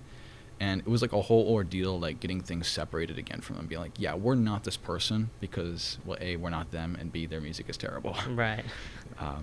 Yeah. So I have very negative feelings towards AI because of that as well. So it's not taking over music though. No, not right now. The live aspect, I hardly have any notion that it'll take over the live aspect of things, because you go out, you go to shows, that's an experience. Mm-hmm. You know, you can't, like, unless it's like what are those VTubers? Oh, Like yeah. I get to see Kinda that like, that Hatsune maybe being a Miku. thing, but that's only for that kind of crowd, you know, where that would Mm. take over. Yeah, Um, Vocaloid. Right? Yeah. Yes, exactly. I mean, VTubers and Vocaloids, very very different. Oh, thing, yeah. You know? Oh, I mean, okay. I've been in the VTubing industry. I've been in the VTubing industry. I've done it. So a VTuber is just like a streamer with a avatar. Bur- Yeah, it's Peanut an is avatar that like amazing. face tracks, you know. Ah, So okay. it's kind of like you get to be a little bit more anonymous, but you can also kind of play a character, I guess. Okay. As for the AI thing, I think there's been like one AI music creator who I've ever liked, and that is Glorb. He does things that have to do with like SpongeBob if it was gangster. Oh wow. But the thing is, I've he seen writes all his that. own stuff. He's very, he's just an incredible writer. He makes like triple entendres type things. wow. He does use like the AI voices, but supposedly he has like impressionists do the voice beforehand, and then he just puts the AI over it. He makes all his own songs. He does all that sort of stuff. So, you know, I can respect that. If he wants to make, you know, if he wants to put that into AI SpongeBob, then go for it, dude. I mean, yeah. I think that's one of the lesser evils when it comes to AI, but Yeah, definitely. I might be wrong with all the water consumption, but we'll see. We'll see. I'm trying to think of any other questions that I had about Exit Ticket as an experience in particular. How, maybe indiscreet question, but how long are you guys planning on continuing with the project with? You know, is this like long-term thing? Is this just like a Vive thing? You You know, going full time into this? Yeah. Well, I made a promise to Noah especially, just because, well, me and him have been playing longer than any four of us have together, just because, well, also we've been in school together since Mhm. like K through 8 and stuff. Like, I'd stick it through to the end with him, regardless of what that means. So I'm in this for the long haul. Nice. Everybody else, I think, has similar sentiments, you know? I don't think we're going anywhere anytime soon. Yeah. And we also have contingency as well. You know, if anything ever happens where one of us loses like a hand or something, or if one of us dies, which I will not reveal on air at all, because that would, I don't want to say spoil the surprise. That sounds pretty Interesting. pretty vulgar, but yeah, we're all in it for the long haul. Good. However long that may be, I suppose. Right. Except your fifth band member, right? Oh yeah, except for Earl Pop, who is now, you know, Ground beef. like a molten puddle of meat and stuff. May I ask, and again, maybe weird question, what happened with the aftermath of that? Did you pick it up and then threw it on a trash can, or? I don't think I'm at liberty to say Did you that. make Oh, burgers? okay, Like, right. what? That was my first Yeah. thought, we, you know? we brought trash bags that were empty, and they also came back empty. Okay. Because it turned into something that we could not deal with at that time. Okay. It was literally a pile of molten plastic Ew. that would have taken hours to cool down or whatever. Yeah, I was just Yeah. like, let's just go. Let's Yeah. not. Let's forget this ever happened. And I can see that. Interesting. So that's a lot of band lore. Yeah. Any other interesting piece of information when it comes to the lineup? I know, like you said, the vocalist was just introduced in 2024, right? December. yes. So Yeah. At that time, I think we had put up flyers around Oakland University, okay. and I think a few other surrounding places, but most of them were there to look for people, just because, you know, if we wanted someone local to be like a Mhm. vocalist, because I think after a while of playing together, and also this is a very big important point, Colvin Smith, I think in August or July of 2024, he like told us he's like going off to college basically. Oh no. For temporarily. So right now he's at Mid-Michigan, Okay. which is just around like the Mount Pleasant area, and he's going for like a business degree. Oh, wow. Which we absolutely support him in, you know, and is amazing, and he still comes down for shows, and you know is very involved in what we do. Nice. Could Um, be your manager. Yeah, so we talked it out, and we were like, maybe we need to bring someone that's solely dedicated vocals so we can all focus on what we need to do as musicians. Like have guitar as the main focus of what I do, Noah as drums and so on and so forth, right? So that was like the main line of thinking. And I think like the first few months after Colvin left, it was just me and Noah for maybe 2 or 3 months just doing our thing and trying to figure it out. And that's when we like put out flyers for a vocalist. Okay. And Daniel, I actually think, was the first person to reach out to us.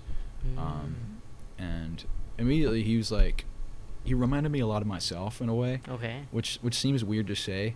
But I saw that he's kind of like very malleable in the way that Okay. he sang and stuff, and like kind of the influences in music he liked.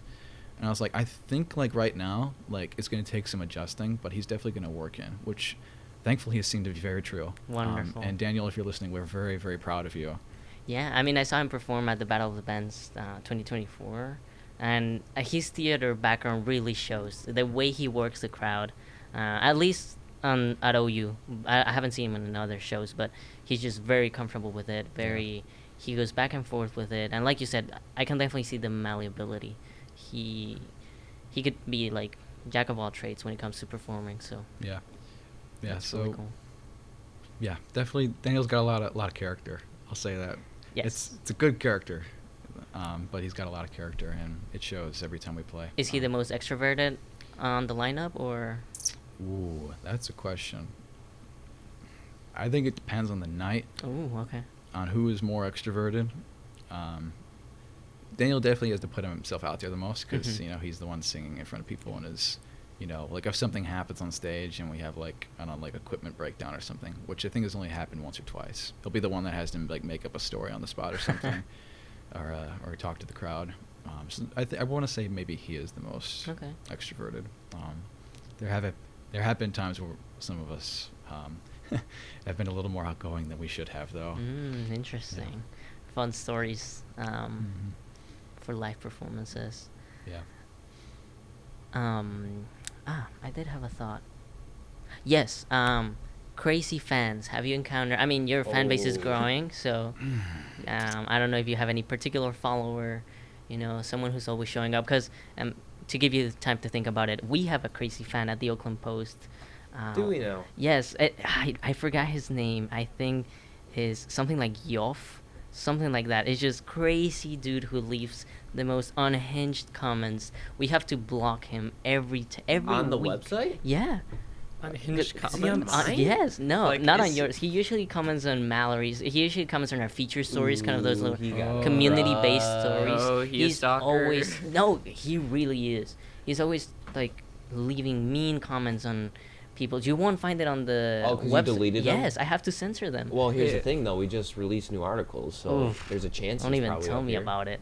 No, he's gone dormant for a couple months, thankfully, but that guy used to be something. So, and again, like you said, kind of like stalker, very like Yeah. personal comments, very like I've- I'm in your walls kind of thing. So, Yo. Yeah. Really? I mean, the I'm in your walls thing, like, I get, like, the weirdest comments on, like, my YouTube videos. Like, I get some weird stuff, Yeah. every now and then. And there's this one person who she constantly comments, like, something really weird or asks me, like, a really random question. And I'm like, you know what? At this point, I'm just going to answer that question honestly. I've given up on You being have like, to. what? Yeah. So, I think the more local that you go, maybe the more obscene. Yeah. I don't know. I don't know if we have anybody crazy. There are definitely people that have stuck out, and also there's a lot of people that I think have come to several of our shows that, are kind of infatuated by us. Okay. Shout out Henry Boyer, one of my good friends, has been, I think, to every show he's been since he's known us. So Let's go. shout out Henry. I can think of one person. I don't remember what their name was, but we played this really terrible festival in Ohio. Ooh. I'm sorry to say it was very bad. Well, Ohio is but the butthole people of there- America. It's always Ohio. Yeah, Yeah. we hate Yeah. Ohio here. I'll say it was an interesting crowd. It was I think it was a fundraiser for like people with disabilities. Okay. And most of the people there did have disabilities. So the crowd was very interesting. Mm-hmm. They were very friendly, and they were also just like kind of right up next to us and stuff. And they're like, like, yeah, like, what's that song name, you know? Oh, that's nice. You know, stuff like that. There was one guy in particular there whose name I forget, and I'm very sorry, because everybody else knows this guy's name in the band except me. But he was around us asking us questions the whole day, and was like, yeah, man, like, I'll drive all the way from Ohio to Michigan just to see you guys play. And, yeah, he was just like, I don't want to say overly enthusiastic, but he was just really, really kind to the point where it made your teeth kind of hurt a little bit. Right. But I think we love him to death. So I think that's the craziest person we have is Okay. someone that just cares so much about us. That's pretty cool. Even though they've only seen us for maybe 30 minutes. Yeah, but no, we're the crazy people, I think. That's one I can think of as the kindest guy you'll ever meet. Wonderful. So that's a good fan to have. Yeah, definitely. I don't So think you- we have any bad fans. You've traveled then, yeah? Oh, we've traveled. We've traveled. Yeah. Where's the farthest so far? Ohio. Ohio. Okay. Well, Yeah. Where in Ohio? It was in Napoleon, which is like this trucking town in the middle of Oh, nowhere. wow. So we got the French and Ohio people. Okay. Yes, sir. Crazy. Alan, you're looking at me. Do you know where that is? I'm trying to think. His girlfriend's from Ohio. There's yeah. the lore. It's about 4 hours away from where we are right now. Okay. Oh, so it's not crazy. Not It's Crazy not far, crazy. It's still a farthest we've ever driven. It's still Although, a hike, yeah. yeah, we do plan to change it sometime in the future. I can't say anything about that right now, but Chicago? there's plans to expand our reach a little more at some time. Yeah. Yeah. Otherwise, I think the other furthest place that you're from is Saginaw, and that was also a Mm. really, really bad show. Saginaw's just not a great city. It's I've really never worn been down. there. You know, we didn't know that at all going into it. Yeah. So when we show, I won't say the name of this place, you know. I won't also say if we've advertised it or not, because we may or may not have. Okay. Because I don't want to throw shade in the venue at all, because they were okay people, I'd guess. But we were supposedly going to get paid. Ooh. We did not get paid Oh. because nobody showed up except a homeless woman that walked into the back of this place asking if someone could give her a ride across town. Oh. Yeah. And also the actual entrance to the venue was like a truck loading dock. Ooh. Oh. Oh, Yeah. that's nice. Yeah, we knew none of this prior to, and also like we had sound issues the whole night. It was like, ooh, like we drove this far. And I think Colvin Smith was like, oh, I really wanted to go to this awesome concert in Detroit that night, but I was like, I'm gonna support my buddies. Ah. And then he came there. He's like, I had made the wrong choice. Well, that's Saginaw. Hey, but that's a real one though. Yeah, so I don't, no shade on Saginaw, but man, like, I don't think we're gonna go back there for anything. Like even like old downtown, which is Mhm. like the nicer part. I don't know, man. I don't want to go shopping for antiques. It's really trashy. I- Yeah. I mean, I'm gonna be honest. I dated a girl from Saginaw, so like. you dated a girl from Saginaw. Yeah, so like we would kind of walk downtown and like walk around Saginaw. It's just, it's like, Depressing. it's just bad. I mean, there's no way to put it. I mean, I look at like Pontiac and stuff, which is really close to where I was raised, and I, spent quite a lot of time there as a kid. Mm-hmm. And I think like, oh, this is like Pontiac but worse. Because Pontiac in Yeah. like 2008 and like early 2010s was like a pretty bad place. And there's a Little Caesars like in every corner. I mean, to be fair, That's true. I feel Yeah. like downtown Pontiac, I don't see a lot of things going on other than there's like 2 music venues there. There's a theater. For Halloween they put on what's the haunted house? What's the name? Oh. Erebus. yeah. Yeah, Erebus. But beyond that, they don't got much going on. I don't know. There's I think they're just starting to work on Detroit right now. Mhm. Yeah. Build that up and then start working their way around. That's my opinion, but I will say Pontiac will have something going on amazing Ooh, on okay. April 3rd at the Crowfoot because we're playing there. there you go. April which- 3rd. Which is I believe our next show that we've actually scheduled and gotten down. So we're going to be playing at the Crowfoot. I don't know the evening yet because I haven't given like all the info yet from. Well, this is a little sneak peek then. This is a little sneak peek. Yeah. There you go. Everyone who's listening, yeah, this is the first anyone's ever hearing of this, so you're welcome, and we hope to see you there. But yeah, the Crowfoot on April 3rd, we're going to be playing there. I guess alongside Wet Body as well. Oh no way. Okay. And this is for Oakland University's radio station, WXOU 88.3 FM. They're having their annual birthday bash there, and they've invited us to Oh. play for them. Perfect. So we'll be, among like a few other acts, we'll be playing, I think, a 45-minute set. Oh, that's pretty Um, cool. Do you know if Nighthawk is gonna be there? Ooh. Didn't they? No. Darkhawk? Darkhawk, my bad. Yeah, Darkhawk. Oh, I don't have any beef against Darkhawk, but I think Oakland University does for some reason. Really? And I don't really know the full story, so I won't really talk about it. Okay. But at least in my experience, Darkhawk has been pretty nice to us. Okay. Yeah, and good music too. Yeah. They got very interesting influences. I liked it when I saw them at the Battle of the Bands, and then we also have another Battle of the Bands coming up, I believe. We do. At Oakland? Yeah. Okay. Yeah, I think it's the 26th is when it is, or Mhm. 26th or 27th at Oakland. We won't be playing that one just because of some time constraints, and also What? just because it's such short notice. Mm. And basically, Maya, the organizer, was like, "Yeah, if you guys play and win, we're just gonna give you an extra $100." And honestly, like, I don't want to do that to all these other bands that are playing there, Yeah. and just be like, "Yeah, I don't know." Like, I want other people to have a shot to play with this, because I think whoever wins the Battle of the Bands deserves to be at the Crowfoot. Oh, I I don't want to agree. be that guy that takes it and be like, "Oh, yeah, like we get another $100 and we get Mm. more time to play." Yeah, that's that's not very fair. selfish, man. Hey, that's Yeah. pretty cool. You're supporting the local scene, so Yeah. So I applaud that. if you're playing the Battle of the Bands at Oakland, do your best, man. We'd love to play with you and talk with you. And also, you should thank us because we're not taking your time and money. You should Yeah. give us $100. Do we have any new songs coming out for the next show? Anything leaking? Well, if you mean like in terms of what we have out in like streaming and stuff, Yeah. then yeah, absolutely. Oh. But I won't Okay. say that they're new songs that we've made. They're songs that we've always been playing, but Yep. like they're not on streaming anywhere. Okay. I think maybe one or two though. We've only played, maybe once or twice, because we played a few songs before Daniel joined in the band. Okay. And slowly we've been reteaching these old songs and coming back to them and maybe improving them a little bit and putting them in these new shows. Just to keep everybody on the same page, if that makes any Right. sense. Because Yep. Colvin's away at school, so we can't really like learn as many covers as we used to at like such a fast pace. Okay. But I believe we will be doing a cover at the Crowfoot, and there'll be at least two of those newer, in parentheses, songs we'll Interesting. be playing as well. There That's we go. pretty cool. Yeah. But no new album anytime soon? I mean, they just released one, bro. You gotta give them time to, Well, think about stuff. Go through Yeah, a that's true. breakup. Yeah, that's true. I will say we are saving money right now to make a record. I'd say we have 15 songs or Oh, so set cool. aside that we want to 15. put on a record, or at least take into the studio, and then whatever we choose to do with them, we'll do. That's cool. Yeah, so sometime probably between May and July, we're going to be taking all the money we've been making from shows and saving up on the side. Long-term and going to the investment. studio. I like that. Yeah. That's right, yeah. Yeah, that's pretty cool. Yeah, I so got a quick one for you. So, favorite song that you've made, least favorite song that you've made, anything crazy like that? Ooh, okay.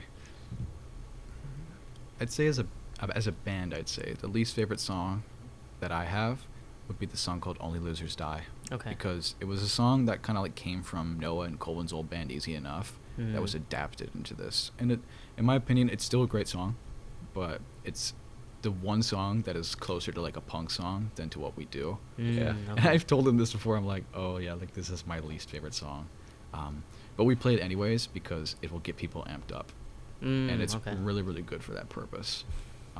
So me personally, it's my least favorite song. I'm not saying it's not something that doesn't fit in the band at all. That's up to you guys' interpretation, you listeners out there. But that would be my least favorite. And then I think my most favorite, which is, let's see, I think one of the newer ones we actually brought back is called Remember That Night. Because Remember it's That got Night. a really, really great guitar part that I have since updated when we originally wrote it. And it sounds really good. Yeah, so I think actually both those will be playing at the next show. So you can expect to see those soon if you're going to be there. Yeah, I didn't want to like bring you down too much, but now I'm gonna ask you, what's one artist that you just cannot listen to? It could be like a mainstream artist. It could be like something Make it more niche. local.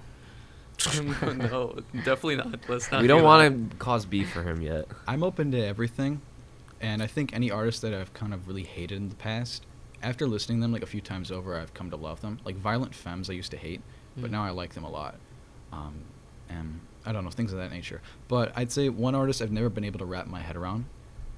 I don't think I even remember her name correctly, but she played with Lauren Mazikane Connors. Her name is Kath Bloom. She's like a folk singer, Mm. and for whatever reason, it might just not be for me, but like her voice and like the way she does like vibrato on it and stuff, just really rubs me the wrong way, and I can't listen to it for too long, or I'll just kind of get a little irked. Really? Yeah, which is crazy because if you've ever listened to Lauren Mazikane Connors, it's the most peaceful music known to mankind. because it's just like solo guitar in like a big empty room. Yeah. Interesting. So it's, I don't know, I find that duality very funny, but also it's something I can't stand listening to. So you've talked to us about, the origins of the band, kind of like the journey, some of the key highlight moments, integration of new members. Yep. You gave us a sneak peek into your Next show. next show, Yep. and then some of the stuff that you were working on. Beyond all of that, where do you want to take the project? Like you personally. Of course, you're part of a team, but when you're alone in your room, what's some of the things that you think about? I think about how far we've come. Matter of fact, just the other day, Noah brought up some old studio recordings we did back, like when he first got like this big thing he plugs into his laptop, which I don't know what it's called. And I was blown away by how different these old versions of songs had sounded.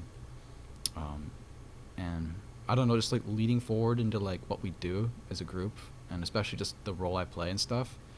When we put new things out, I'd like to put out old live recordings as well. And for anything new we record, I feel like we need to appeal more to the raw power we have live, because I think at least on the EP, it's a great piece of work we put out, but because it's also one of the first things we ever made, I think we were kind of like we kind of struggled to translate ourselves accurately into whatever we produced. So like the versions of songs you hear on the EP are like exclusive to like a studio environment. Like if you come see us live, it's a different experience, which is great. But I feel like we need to kind of bring those two worlds closer together and then have like a happy medium, at least with the newer work we're making, so that it more accurately represents like what the sound of Exit Ticket is, because we might miss it a little bit, I think, in the EP.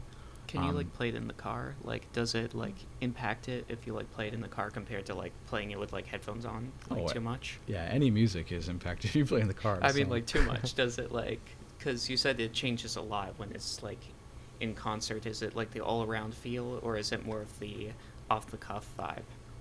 I'd say live, it's a lot more sheer volume. We're a lot louder live, which doesn't translate very well to the EP because it's softer. And I think we really skim out using like overdrive and distortion and stuff, which I use a lot heavier live than on the EP when we recorded it. But I will say, when you listen to it in the car, it's still really good to listen to. I enjoy listening to the EP. And I'm very proud of that work because it was a very big learning experience for us. Not just in mixing, which we talked about earlier, but also in just like the work that you have to actually put in to create something. Like creating a record is not like a set in stone process. There are so many different turns you can take to create it the way you want to make it. And now that we've found like a process we like, next time maybe we'll look at a different way of doing it. Right. Or we can reflect on this way that we've done it and take things away from it, which I think is invaluable. That we can learn from our our own creations. So looking forward, I would definitely like to take some old material we've recorded and give it a new life. Because I haven't mentioned this before. I've recorded everything we've ever done in some capacity or another because I have a little PCM recorder. Okay. Which is also recording this broadcast right now Let's at home go. on my radio. Yeah. And I think I have maybe 3 or 4 terabytes worth of just recordings from the past 6 years. So even before the band, just things. And that's like once a week. Wow. For 6 hours. So Wow. we've got a lot of material to fall back on, and I think almost every single show we've played to, it's also been recorded in one format or another. So that's definitely on the table to bring that kind of stuff back, and I would definitely like to do it. Put out like a live record of maybe the 3-piece stuff we did before Right. Daniel joined, or some of the more recent shows we've been doing. I don't know. That's a conversation for later, I think. But Definitely. it's definitely something we'd like to do, and especially as we approach what might be studio time in like August and stuff, or not August, just the summer. Oh, okay. That will be something we think about consciously. That raw power. Okay, I like it. My last 2 questions for the night, and if anyone else wants to pitch in, definitely do. First one is, how can we support your band? And do you sell merch? Are you burning discs? What's the plan? All right. So we are putting our stuff out in streaming. As you know, streaming doesn't really pay that much. Not at all. So, as unfortunate that is, we do sell our music online through a service called Bandcamp. So the most direct way to support us online financially would be through Bandcamp, where we sell all of our music we put out on streaming. I And think you can it's download it in $6. Office. I think the EP, right? Yep, the EP is $6 right now, and the single I think is out for $1.50. Exactly. I mean, just skip your biggie bag for Friday night and Yeah. buy the EP. Exactly. I mean, where can we find you? Where's like your main social? Main social is Instagram. I believe we have a Facebook account set up as well through Noah. I'm not gonna lie, I don't know much about it because Noah runs it. Okay. But we are on Facebook as well. But on Instagram, we are exitticket.band. So you can find us there, which is where we post about all of our upcoming shows. You know, just like little tidbits of info or otherwise will all be there. And that's where most of the action happens. And then also at shows we do sell merch as well. We have a limited pressing T-shirt we've been selling for a little while, in a variety of sizes from I think adult extra small up to 2XL. Oh, okay. And I think those are $20.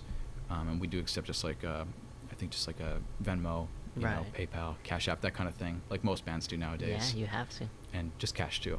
And then also we have a limited run cassette, which is Ooh. actually technically our very first release. No way. It was recorded on a dictaphone, which if you don't know what that is like a speech translator, or Oh. that people use for like speech therapy. Okay. So like back in the day, people would record on like cassette, and you could skim through it in like a fast or slow speed to like help people with like speech impediments, like with stutters and stuff, Uh-huh. learn how to talk. That's so Um, cool. Yeah, so I've got one of those, and those demos were recorded on that, and then also on PCM as well, 2-track. So those recorded back in March in 2024, and it's just one of our songs called $12, and then one of our songs in the EP called Sheila, a very, very early version of it, and it's with just the three of us on that. So that's also for sale. I think that's only $10 for those, Okay. since it's a double-sided single on cassette. Wonderful. Yeah, so that's what we're selling right now, and maybe we'll sell things more in the future Maybe. if people really like them.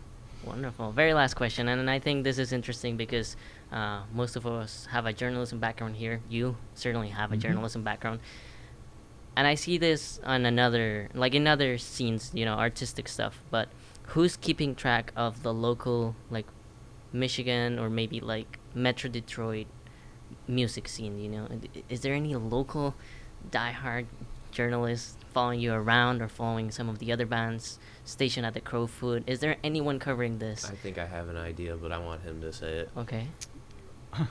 I'd say anyone who's enthusiastic about finding new music now is a great journalist about it, Okay. because there's so many different things happening.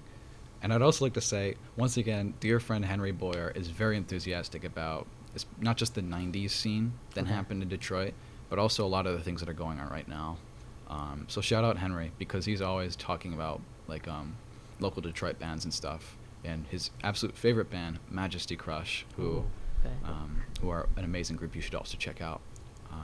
But yeah, you yourself, you listening, you are the journalist. Yep, I We're was in a gonna say that landscape too. where, the truth might be very hard to discern, so you won't know until you go out into the scene yourself and look for things. So I encourage you, go to local shows, support your local band members, and if you find good music, put people onto it. Ooh, like Mr. Gollin. Like Mr. Gollin. Let's go, Mr. Gollin. Well, thank you so much, Ian. Thank you for coming out. This is WAHS 89.5. We're going to leave you with Blackout, the live recording. Yep, and this was recorded on March 20th at our last show. So enjoy. This is the raw power I was talking about.